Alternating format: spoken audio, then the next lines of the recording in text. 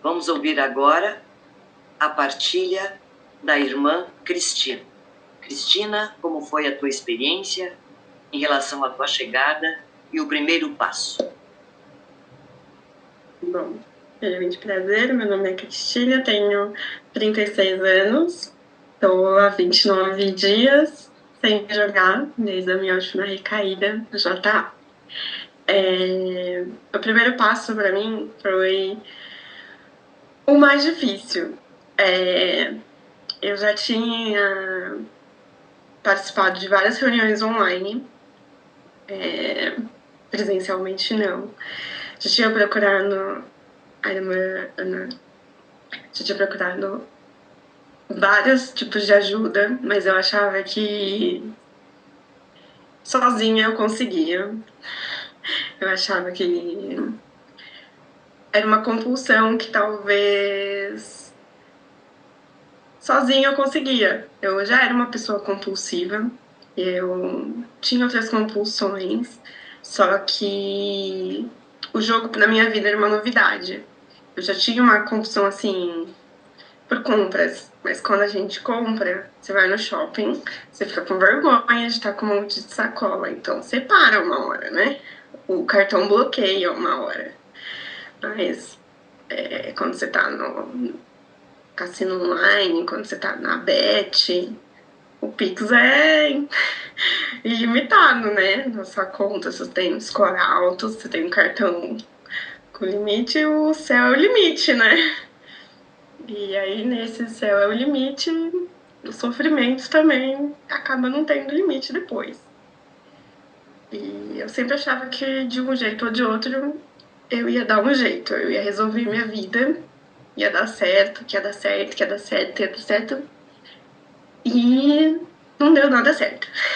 Nos meus planos, demorou muito tempo para eu me enxergar como uma pessoa com problema com o jogo. Eu já me tratava como uma pessoa depressiva, eu sou diagnosticada com depressão. E a partir do momento que eu me vi realmente com um problema com o jogo, eu procurei primeiro o Hospital das Clínicas em São Paulo, onde já comecei o tratamento lá, com psiquiatra, psicóloga e terapia em grupo. E depois de 3 meses eu entrei no JA. E eu entrei no JA depois que, assim, a bomba explodiu. Porque eu entrei primeiro, que aí eu falo que foi quando, assim, eu tive que encarar de frente o primeiro passo e explodir pro mundo, explodir dentro de mim, que eu era uma pessoa compulsiva de verdade e que eu tinha um problema muito sério com o jogo. Porque até então eu tinha contado pro meu marido que eu tinha um problema com o jogo, que eu tinha dívidas, etc. Mas não tinha contado pra minha família, não tinha contado. Não tinha, acho que até eu mesma confrontado a realidade dos problemas. E quando eu resolvi encarar tudo de frente, foi mais ou menos umas 2 semanas antes de ir no JA, que foi quando eu tava lá no Hospital das Clínicas e uma das pessoas que faz parte do tratamento lá já ia num dos grupos presenciais e falou: você devia ir, porque é diferente, é um tratamento diferente, é um outro tipo de ajuda, e me ajudou muito. E era um irmão que ficou 15 anos sem jogar, e me falou super bem. E eu pensava, caramba, eu tô tomando um monte de remédio, eu tô indo em 1000 psiquiatras, em 1000 psicólogos, e não tá me ajudando. O que tá acontecendo? Como é que vai me ajudar? Eu começar a me humilhar mais ainda na frente de um monte de gente, e eu ainda sou super tímida, como é que isso vai me ajudar? Ele falava, não, então eu vou ver um dia que eu vá na reunião, ele tava um pouco ausente, e você vai no mesmo dia que eu for, a gente já conversava bastante, né? E aí você fica menos tímida, porque eu vou estar lá e você fica sendo a última, você fica observando as pessoas, o grupo é menor, aí você fica menos tímida e você vai ver que ninguém vai te julgar, ninguém vai apontar o dedo, as pessoas vão realmente tentar te entender e depois se precisar de sua família, precisar de ajuda ou você mesmo, tem outros tipos de ajuda, tem literatura, etc. E eu pensei, tá bom, vou pensar. E nisso eu fiquei, acho que umas 2 semanas refletindo, entrei no site do JA,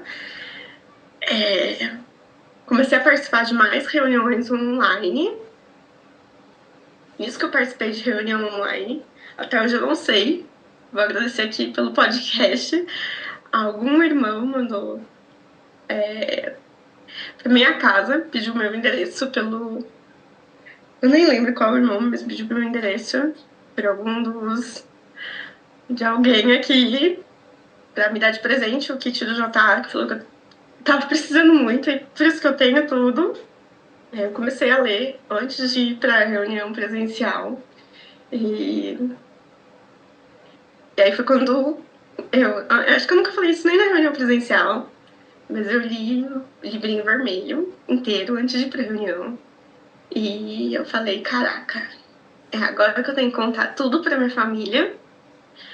Eu tenho que abrir, assim, porque se eu não abrir tudo, não vai adiantar. Se eu não falar, se eu continuar escondendo de mim mesma essa compulsão, esse problema, eu nunca vou conseguir resolver, né? E aí eu falei. E quando eu falei, deu ruim. Não foi a melhor das reações. Foi a pior, na verdade. Mas como outro irmão já falou aqui no podcast, e eu ouço muito nas reuniões que eu vou, a gente tem que se curar pela gente, né? A gente pode não ter sido o responsável. A gente é responsável, mas a gente não é culpado, né? Mas agora eu só busco todo dia uma ajuda superior, que tem um pouquinho de força, para entender essa compulsão. Eu busco todas as barreiras para não continuar com nenhuma compulsão, para não transferir uma compulsão por outra compulsão, simplesmente para ter uma vida mais leve, uma vida mais tranquila. Acho que às vezes a gente passa um pouco de tranquilidade por fora e por dentro a gente tá um turbilhão. E cada pessoa tem uma personalidade, cada jogador é de um jeito, cada jogo brilha diferente nos olhos de uma pessoa, né? E a compulsão bate diferente em uma pessoa do que na outra. Mas eu acredito que a gente precisa só pensar que é assim. Literalmente um diazinho de cada vez, do mesmo jeito que a gente jogou um dia de cada vez e foi afundando um pouquinho mais, a gente vai resolvendo a vida um pouquinho de cada vez e um dia chega lá e vai dar certo. E obrigado, gente. É isso. Na continuidade do nosso podcast JA, nosso irmão Carlos e o passo 1 na tua vida, irmão Carlos. A palavra é tua. Bom dia, boa tarde, boa noite. Sou Carlos, jogador compulsivo de recuperação, abstinente há 9 anos, 4 meses e 17. Eu me peguei como uma pessoa compulsiva, entendi isso. Isso depois de participar, de frequentar jogadores do mundo, que desde quando eu aprendi a jogar pouco, com 20 anos de idade, e entre uma aula vaga, no período de uma aula vaga, a gente juntava 4 ou 5 colegas e jogava. Quando tocava o sinal para a próxima aula, independente de eu estar ganhando ou perdendo, eu não queria parar. Joguei por 37 anos. E nesse período, eu perdi muito dinheiro. E perdi muito dinheiro. O dinheiro, quando a gente acessa o jogo, por menor que seja a quantia que até então você passa a conseguir, você não desperdiça e você consegue, aos poucos, recuperando esses valores. O tempo, esse não tem. O tempo, a gente não tem como recuperar, porque eu perdi muito tempo, não acompanhei como se devia o crescimento do meu filho. Voltei até velório para ficar junto. A gente, quando percebeu, no caso meu, da entrada para a Irmandade de Jogadores Anônimos,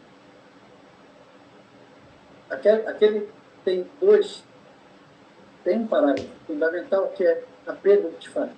Né? A perda da família me assustou muito, eu ter arriscado isso. E quando caiu a ficha, ela caiu a ficha aliado ao que me foi dito pelos irmãos, que eu não era uma pessoa sem caráter, eu não era uma pessoa sem vergonha, eu era uma pessoa dormida. E quando a gente se apega e caiu essa ficha, que eu era uma pessoa dormida, foi onde eu descobri que eu tinha que parar de jogar. Porque até então, a gente vinha sempre prometendo isso, a gente vinha sempre achando que podia parar de jogar por conta própria, no minuto que a gente quisesse. Esse primeiro passo mostra que é impossível a gente parar de jogar sem ajuda, pelo menos no meu caso. Foi assim que procedeu, foi assim que aconteceu. Eu só vim deter essa ânsia pelo jogo praticando o programa de jogadores anônimos. E o primeiro passo foi fundamental nessa compreensão e nessa aceitação da incapacidade própria perante o jogo. Disso, eu fiz com que a prática desses 12 passos me fez, assim, uma pessoa, hoje, servidora da Irmandade, o que também ajuda e muito no processo de educação. Então, eu sempre, que tenho a oportunidade, eu digo aos irmãos, principalmente aos que estão chegando, que sirvam a Irmandade. O servir a Irmandade nos faz crescer muito interiormente, claro, e também a gente consegue deixar o jogo para um outro plano, né? Porque quem joga por tanto tempo, você diz assim, poxa, como conseguiu parar de jogar? A gente para de jogar quando a gente tem objetivos maiores, que esses objetivos fazem com que nós tenhamos conseguimos obter essa consciência de estancar pelo jogo. Isso, para mim, passou por servir a Irmandade. Quando a gente serve, a gente não está jogando. Isso nos foi feito muito bem. Agradeço a todos e poder superior por ser da serenidade, coragem e disciplina a condição. Obrigado.